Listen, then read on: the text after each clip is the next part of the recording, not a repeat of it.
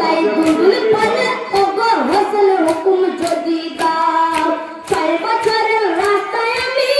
পলকে যাই গো হোসেন কেন ছাড়িল মদিনা রে হোসেন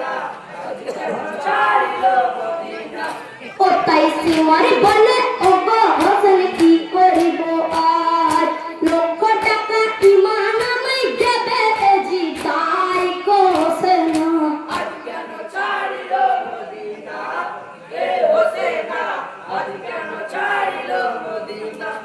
তাই হোসেন বলে ওগো সিমর বাঁধা তোমার নাই সিজদাতে কাটাবো গলা মনের বাসনাই গো হোসেন আজ কেন ছাড়িল মদিনা হে হোসেন